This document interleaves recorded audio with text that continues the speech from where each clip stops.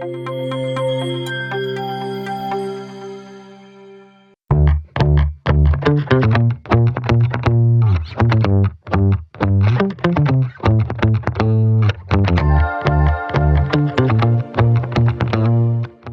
have been very fortunate to learn. I've always wanted to learn. My father, who had a great influence over me, encouraged me to learn.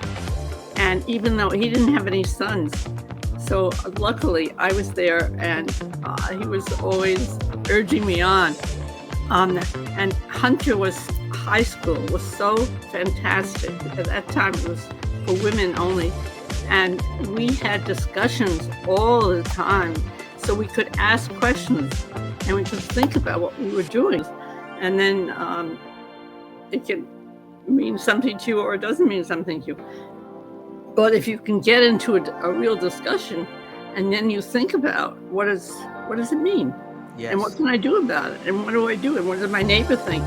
And where can we go? And where should we, all these things are at the very core of education. Yeah. So I feel And continuously ask questions, right? That is the main point in her travel, asking questions. Today we are asking her some questions, all right? So we in turn get to know the heart and the reason for the motivation of actually giving. Dr. Susan, what is your met John Carl.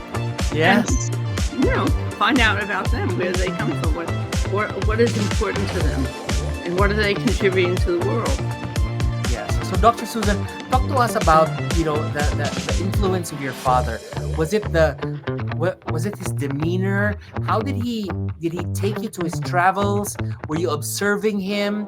How was he your inspiration, Dr. Susan? Well, he was always setting up programs at universities and giving away books. And I'd ask him about it, and I'd say, what books are you giving?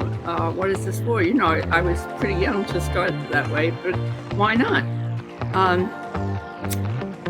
And actually, there's something else.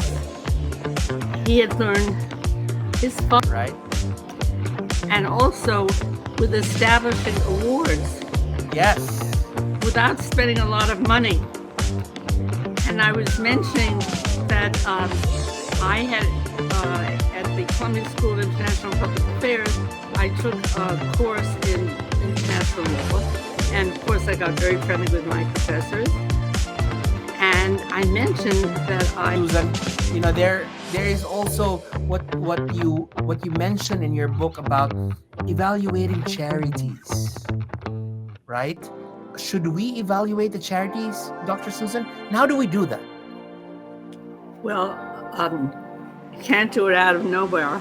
Just happens that in my book, I have a whole section on the main watchdog agencies.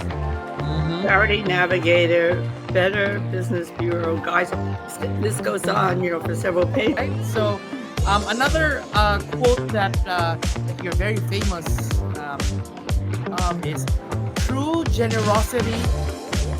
True, that's true. Okay, TRUE. It's not true. It's true generosity comes from the heart and can be expressed in countless ways, big or small. Wow. Tell us more about that, Dr. Susan. Well, fortunately, it's very obvious. We are going to flash a couple of pictures that I'm sure you will resonate with, so you can actually expound on these pictures. Let us show the very first artwork we have, folks. Dr. Susan, what do you see? Yes, and it's you've emphasized it already that it's beyond age, it's beyond gender, it's beyond social status. Like, giving is just for everyone, and I'm so glad Hunter, by Columbia, and these institutions that have have been here hundreds and hundreds of years, right? So there's a reason for their existence.